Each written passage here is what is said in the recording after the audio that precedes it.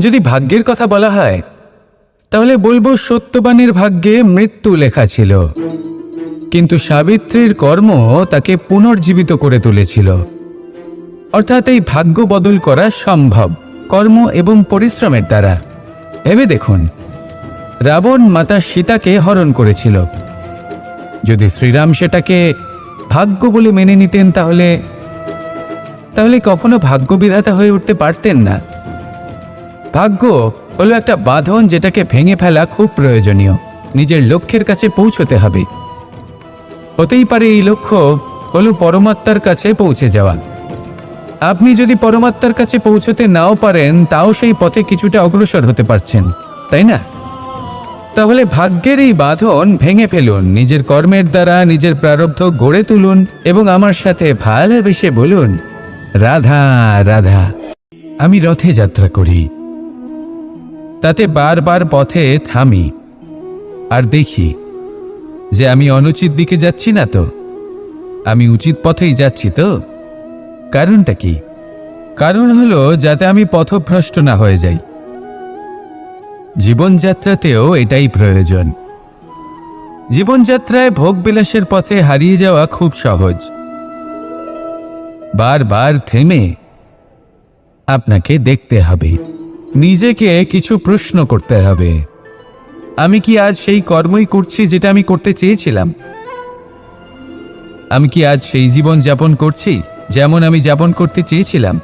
যদি এই প্রশ্নগুলোর উত্তর হ্যাঁ হয় তাহলে এগোতে থাকুন, নয়তো থেমে যান এবং বিচরণ করুন। মনে রাখবেন, এই সংসার অত্যন্ত জটিল আর এতে হারিয়ে যাওয়া অত্যন্ত সরল। সেই জন্য নিজে থেকে বারবার থামা এবং জীবন চিন্তন করা অত্যন্ত আবশ্যক। তাহলে সেটাই করুন আর আমার সাথে ভালোবেসে বলুন, রাধা রাধা। আমরা যখনই কোনো যাত্রায় যাব বলে মনে করি তখনই আমরা প্রস্তুত থাকি আসন্ন বিপদের জন্য বা সংকটের জন্য। যেমন যদি আমাদের মনে হয় যে আজকের পরিবেশ খুব ঠান্ডা হবে, তাহলে আমরা গরম বস্ত্র ধারণ করি বা সেটাকে সাথে নিয়ে যাই। যদি মনে হয় যে বৃষ্টি হতে পারে বা বৃষ্টি হয়ে চলেছে আমরা দেখছি, তাহলে আমরা একটা ছাতা সাথে নিয়ে নিই। আমরা প্রস্তুত থাকতে চাই এবং এটাই উচিত, এবং সেই কারণেই আমরা যাত্রায় সাফল্য লাভ করি। কিন্তু যদি আমরা কথা বলি জীবনযাত্রা নিয়ে, যা কিনা সব থেকে বেশি গুরুত্বপূর্ণ, তাহলে তার জন্য আমরা পূর্ণরূপে প্রস্তুত থাকি না। আশেপাশের মানুষ, এই সমাজ, আমাদের সাথী, আমাদের মিত্ররা যে কোনো মুহূর্তে বদলে যেতে পারেন। সেই জন্য আমরা নিজেদেরকে কখনো সাবধান করি না, কখনোই নিজেদের প্রস্তুত করি না। আমাদের এটা কখনোই মনে হয় না যে এরকম হতে পারে, আর সেই কারণেই শেষে গিয়ে আমরা অত্যন্ত দুঃখ পাই। একটা অমূল্য শিক্ষা আছে যেটা আমাদের লাভ করা উচিত। সতর্ক থাকা উচিত। এই জীবনযাত্রার জন্য শুধুমাত্র এই পরিবেশের বিষয়ে তথ্য সংগ্রহ করা বা তাকে অনুমান করা এটুকু হলেই চলবে না। আমাদের আশেপাশের মানুষজনকে দেখতে হবে, তাদের স্বভাব পরিস্থিতির ওপর নজর রাখতে হবে। যখন তারা রং পাল্টাচ্ছেন নজর রাখতে হবে, তা অত্যন্ত আবশ্যক। পরিবর্তন আপনার জীবনে অবশ্যম্ভাবী। সঠিকভাবে তার সম্মুখীন হন। আসুন আমার সাথে ভালোবেসে বলুন, রাধা রাধা। কথায় আছে যে স্বপ্ন এবং লক্ষ্য হলো একটি মুদ্রারই দুটি দিক। যতক্ষণ না স্বপ্ন দেখছেন ততক্ষণ বুঝবেন কি করে আপনার লক্ষ্য কি? স্বপ্ন দেখে যদি নিজের লক্ষ্য বুঝতে পারেন, সেটা পেতে চান, তবেই সেটা লাভ করতে পারবেন। কিন্তু স্বপ্ন এবং লক্ষ্য এই দুইয়ের মধ্যে একটা ভারসাম্য রয়েছে যেটা বজায় রাখা প্রয়োজনীয়। একে আমরা বলে থাকি পরিশ্রম। দেখুন, যদি আপনি স্বপ্ন দেখতে চান তাহলে পরিশ্রম ত্যাগ করে নিদ্রা লাভ প্রয়োজন। কিন্তু যদি আপনি লক্ষ্য লাভ করতে চান তাহলে আপনাকে নিদ্রা ত্যাগ করে পরিশ্রম করতে হবে। তাই আলস্য ত্যাগ করুন এবং সিদ্ধান্ত নিন যে আপনি কি চান। আপনার জীবনের এই তুলাদণ্ডে স্বপ্নের পাল্লা ভারী হওয়া প্রয়োজন নাকি লক্ষ্যের? আমার মতে এই দুইয়ের মধ্যে যদি ভারসাম্য বজায় রাখেন তবে পথ নিজে থেকেই সামনে আসবে। শুধু সেই পথে অগ্রসর হতে থাকুন এবং আমার সাথে ভালোবেসে বলুন, রাধা রাধা। ঈশ্বর আসলে কে? সংসারের বেশিরভাগ মানুষের কাছে ঈশ্বর হলেন এই সংসারের রচয়িতা, পালনকর্তা। কারোর কাছে উনি জ্ঞাতা, কারোর কাছে উনি হলেন আস্থার প্রতীক, আবার কারোর জন্য শুধুমাত্র অন্ধ বিশ্বাস। কিন্তু এই ঈশ্বর কি কোনো শরীর, নাকি একটা বোধ, নাকি শুধুই শ্রদ্ধা? ঈশ্বর হলেন তিনি যিনি হলেন আপনার ইষ্ট। সেই জন্যই তো গুরু, মাতা, পিতা এনাদেরও ঈশ্বরই বলা হয়েছে। যাদেরকে আমরা ঈশ্বর বলে মনে করি, যারা আমাদের ইষ্ট, তারা আমাদের একটি পথ দেখান, একটি দিকে চালিত করেন। সেই পথে চলে আপনি শুভ কর্ম করতে পারেন। আর যখন কোনো ব্যক্তি তার ঈশ্বরের আদেশ পালন করেন, তখন সে নিজে থেকেই শুভ পথে অগ্রসর হয়ে যান। বেশ কয়েকজন মানুষ ঈশ্বরের ওপর আস্থা রাখেন এবং ভাবেন যে অনুচিত কোনো কাজ করা উচিত নয়, ঈশ্বর দেখছেন। ওনারা ভয় পান যে কোনো অনুচিত কর্ম করলে কে জানে তার পরিণাম কি হবে। এমন অনেক ব্যক্তি রয়েছেন যারা ঈশ্বরকে বিশ্বাস করেন এবং জানেন যে ঈশ্বর তাদেরকে দেখছেন, তাই যে যে শুভকর্ম ওনারা করেছেন তার ফল তারা অবশ্যই পাবেন। এবার আপনি ভয় পেয়ে ঈশ্বরকে বিশ্বাস করবেন, নাকি বিশ্বাসের দ্বারা ঈশ্বরকে বিশ্বাস করবেন, সেই সিদ্ধান্ত আপনারই।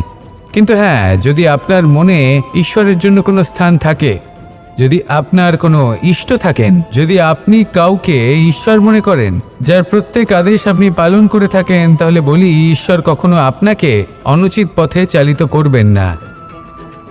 আসুন আমার সাথে ভালোবেসে বলুন, রাধা রাধা। আপনারা সবাই একটা গাছের পাতাকে দেখুন। যতক্ষণ পর্যন্ত গাছের সাথে, মানে গাছের ডালের সাথে জুড়ে থাকে, সে সবুজ থাকে, বাতাসের সাথে সে নড়তে থাকে। যতক্ষণ পর্যন্ত ও সূর্য থেকে পাওয়া রশ্মির শক্তি গাছে পৌঁছে দেয়, ততক্ষণ ও ডালের সাথে যুক্ত থাকে। কিন্তু যখন সেই পাতা শুকিয়ে যায়, তখন তার কোনো গুরুত্ব থাকে না। সেই পাতা গাছের ডালে এবং বৃক্ষের কাছে বোঝা হয়ে থেকে যায়। এবং এমন এক সময় আসে যখন সেই ডালটি শুকনো সেই পাতাকে পরিত্যাগ করে। এটাই আমরা এই প্রকৃতিতে দেখি এবং এটাই হলো সত্য। আর এটাই আমাদের জীবনে খুব বড় একটা শিক্ষা। যদি আপনিও নিজের জীবনে নিজের আপনজনদের কাছে বোঝা স্বরূপ হয়ে দাঁড়ান, তাহলে তারা আপনাকে যতই ভালোবাসুক না কেন, ওনারা যদি নাও চান, তাহলেও এমন এক দিন আসবে যখন আপনার আপনজন আপনাকে পরিত্যাগ করবে। সেই জন্য সবসময় আত্মনির্ভর হয়ে ওঠার চেষ্টা করুন, নিরন্তর পরিশ্রম করতে থাকুন। কারোর উপর বোঝা হয়ে থাকবেন না, বরং তার সাথে মিলে দায়িত্ব পালন করুন। এমনটা করবেন, তাহলে আপনার সম্মানও বজায় থাকবে এবং সম্পর্কের মধ্যে আপনার মূল্যও বজায় থাকবে। আসুন আর আমার সাথে ভালোবেসে বলুন, রাধা রাধা। প্রেম 2.5 অক্ষর, মাত্র 2.5 অক্ষরের এই শব্দ প্রেম, এর মধ্যে ত্রিলোকের এবং সমগ্র ব্রহ্মাণ্ডের বীজ নিহিত আছে। এমন কি আছে যা এই প্রেম করতে পারে না? যেখানে শক্তি এবং বিদ্যা প্রয়োগ করে আপনি কিছুই করতে পারবেন না, সেটাও প্রেম দ্বারা অর্জন করা সম্ভব। প্রেম চাইলে পাথরেও ফুল ফোটাতে পারে। প্রেম চাইলে ন্যাড়া পাহাড়ের বুক চিরে নদীপথ তৈরি করতে পারে। চাইলে নিরক্ষর ব্যক্তিকে সংসারের শ্রেষ্ঠ জ্ঞানী করে তুলতে পারে। শুধুমাত্র এই প্রেমের জন্য সবার দুষ্টু কানাই ঘনশ্যাম হয়ে উঠেছিল। শুধুমাত্র এই প্রেমের টানেই ত্রিলোকের স্বামী দ্বারকাধীশ নির্ধন সুদামার পদসেবাও করেছিলেন। এই প্রেম হলো সংসারের সবথেকে বড় শক্তি। এই সংসারের আধার হলো প্রেম। এমন কিচ্ছু নেই যা এই প্রেমের পক্ষে সম্ভব নয়। যেখানে বিদ্যা এবং শক্তি সাহায্য করতে পারে না, সেখানে এই প্রেম আপনাকে জয়ী করে দিতে পারে।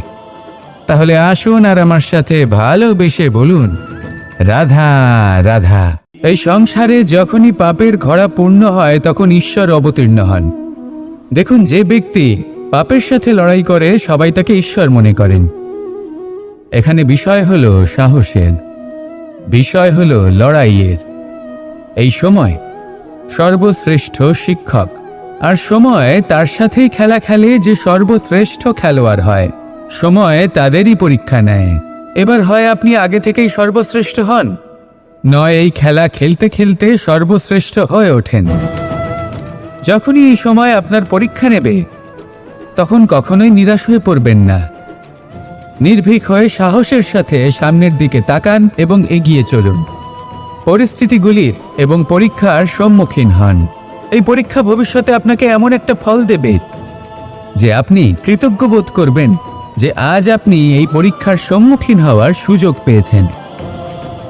আসুন আর আমার সাথে ভালোবেসে বলুন, রাধা রাধা। মানুষের এই জীবন, মানুষ জন্ম নেয়, একটা নির্দিষ্ট সময়ের পরে এই সংসার ত্যাগ করে চলেও যায়।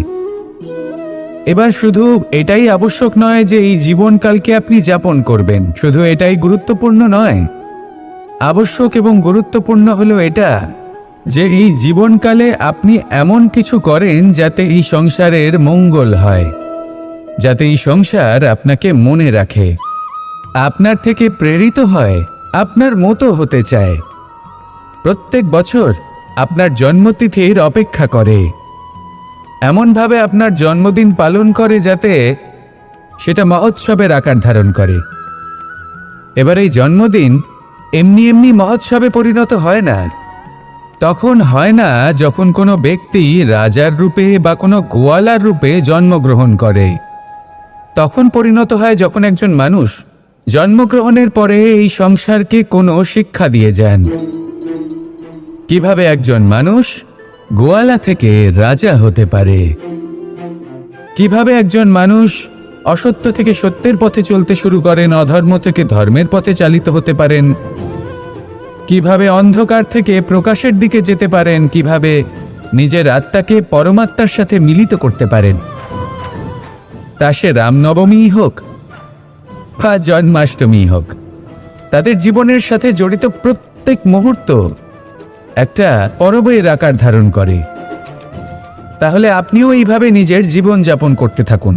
এই সংসারে শুধু ভালোবাসা বিতরণ করুন, কিছুটা এমনভাবে বিতরণ করুন যাতে আপনি এই সংসার থেকে চলে যাওয়ার পরেও এই সংসারে আপনি শুধুই ভালোবাসা বিতরণ করতে পারেন।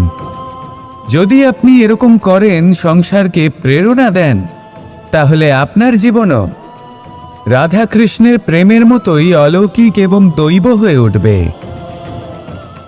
আসুন আর আমার সাথে ভালোবেসে বলুন, রাধা রাধা। কথায় আছে সংসারে নাকি সকল রোগের ওষুধ আছে।